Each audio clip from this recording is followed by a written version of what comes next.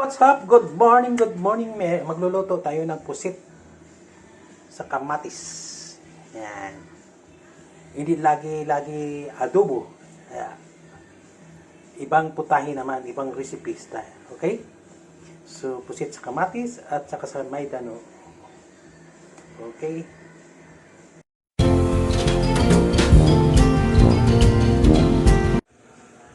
So, first, put oil. Yeah. Oil na bulaklak. Yes. Yeah. Sunflower.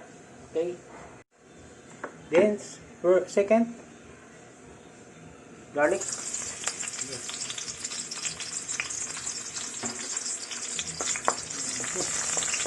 Meron na sibuyas si mama. Ay, paiwan. So, isapin na lang natin. Kasi baka magtampo ang sibuyas sa garlic. Kaya sumama ng iba kanina. Yan po.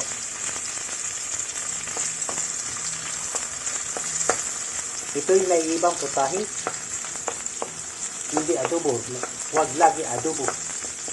Na pusit. Hindi. Medyo pinamatisan na pusit. May kamatis. So, ano ba natin to para maglabas ang bango ng sibuyas, yung aroma or flavor of the onion. Alright. So, after that, lagyan natin ang kamatis. Yan. Tama natin sa paggisa para sumurap. So, together with tomato to become delicious or yummy. Right.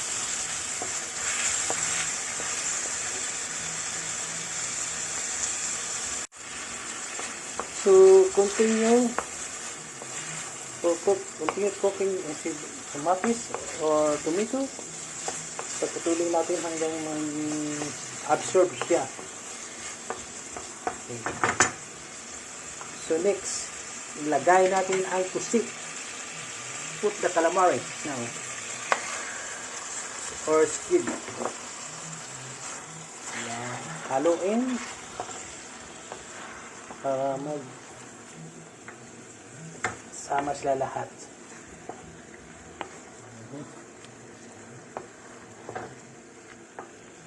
Okay. Good.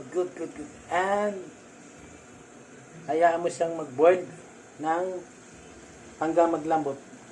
Okay. Okay. Wow. It's boiled now. So, we put the nor, black pepper,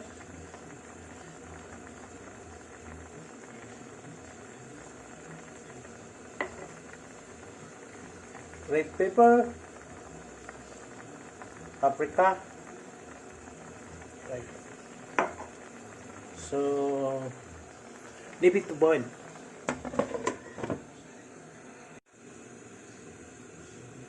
Okay. Oh, wow. Now it's okay.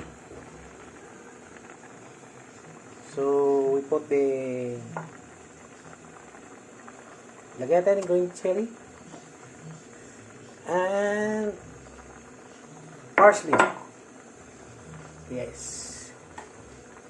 Hindi ato adobo. Hindi.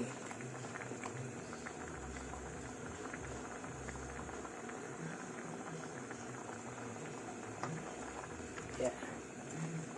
Wow. This is very nice. With this.